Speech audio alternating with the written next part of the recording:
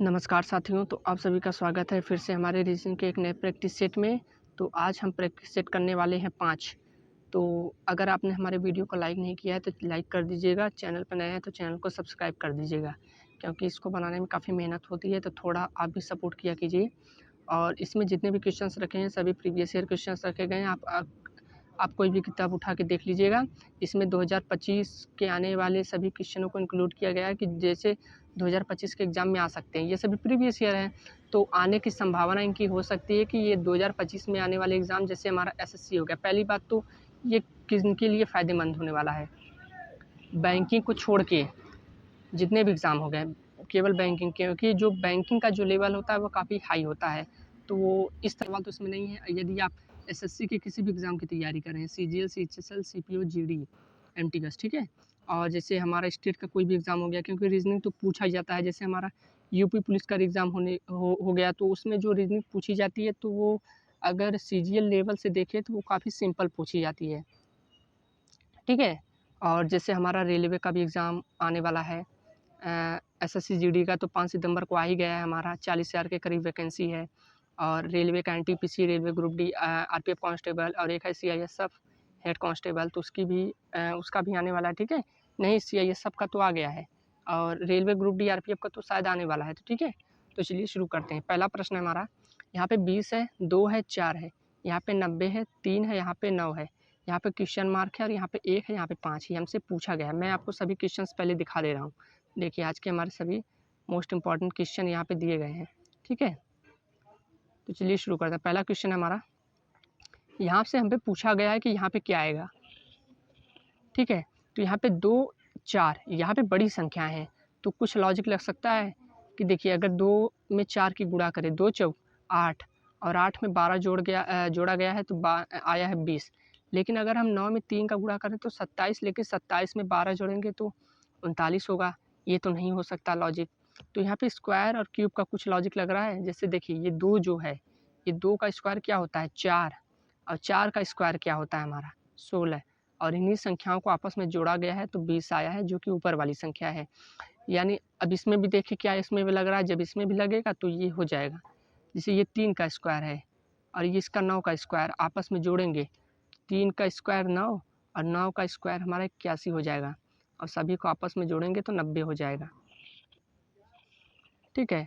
तो वैसे ही इसको भी जोड़ें, ये लॉजिक लग गया कि दोनों का नीचे का स्क्वायर करके ऊपर लाया गया है। तो 1 का स्क्वायर करेंगे तो 1 आ जाएगा, और 5 का स्क्वायर करेंगे तो 25 आ जाएगा, और 1 और 25 को जोड़ेंगे तो 26। ऑप्शन नंबर सी इस प्रश्न का सही जवाब हो जाएगा, ठीक है। अगला देखें हम।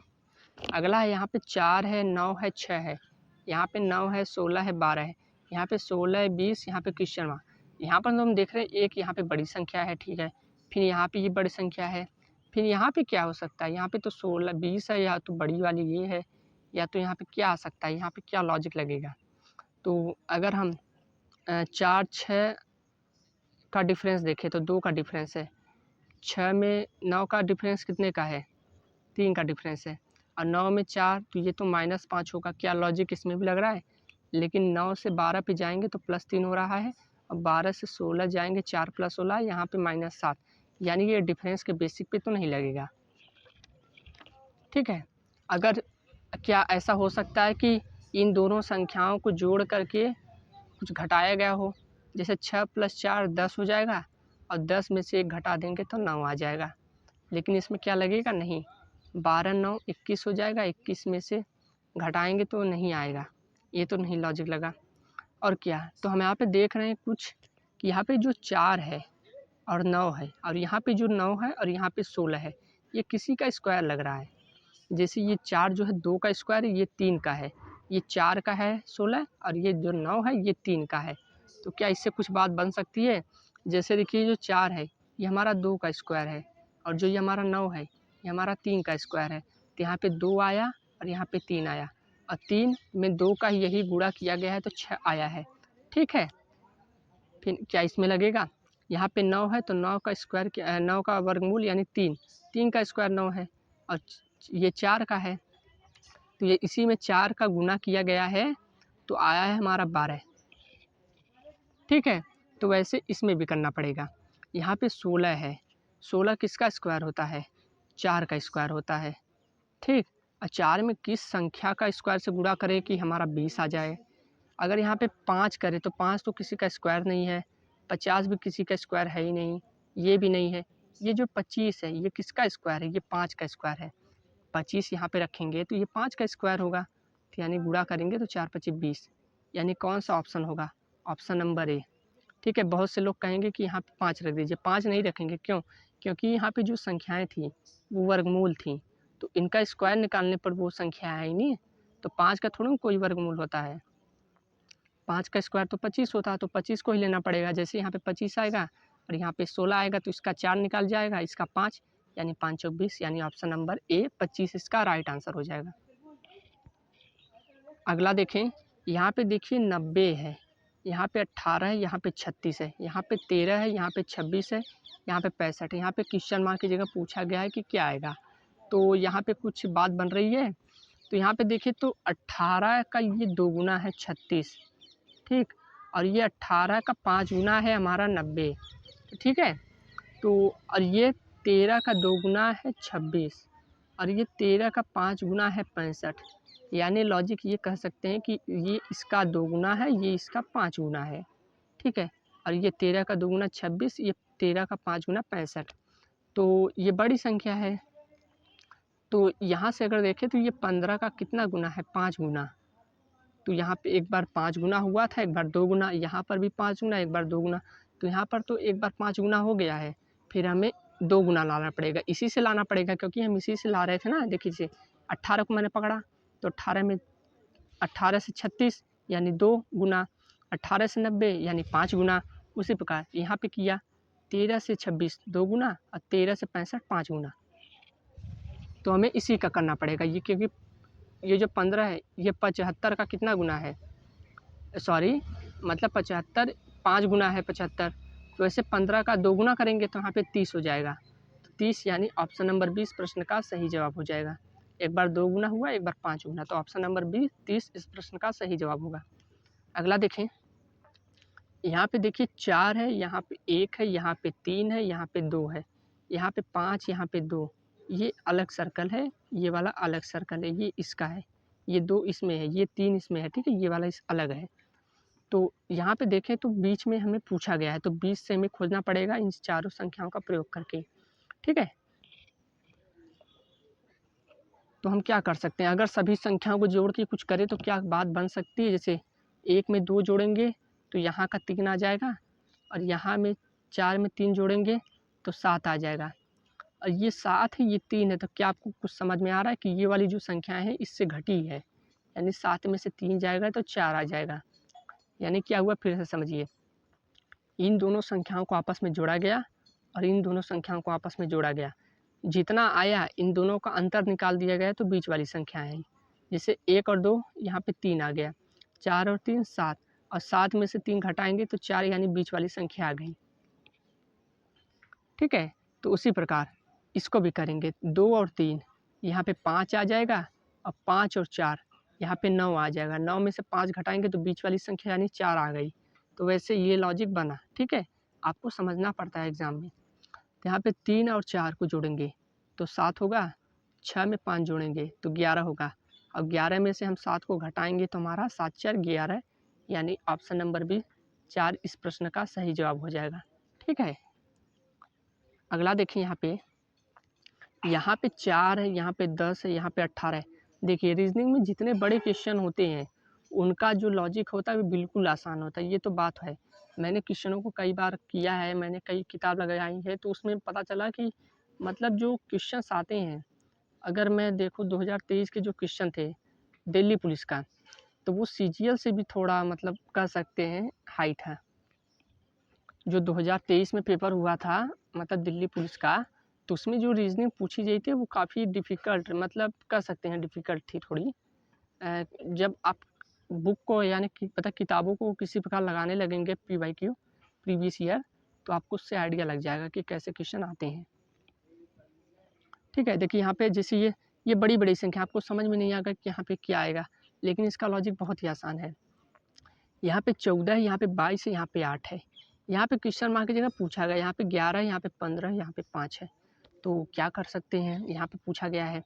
तो यहाँ पे देखिए सीधा दिखाई दे रहा है कि 10 और 4 में से घटाएंगे, 10 में से 4 घटाएंगे तो 6 आ जाएगा। देखिए कितना बढ़िया क्वेश्चन है।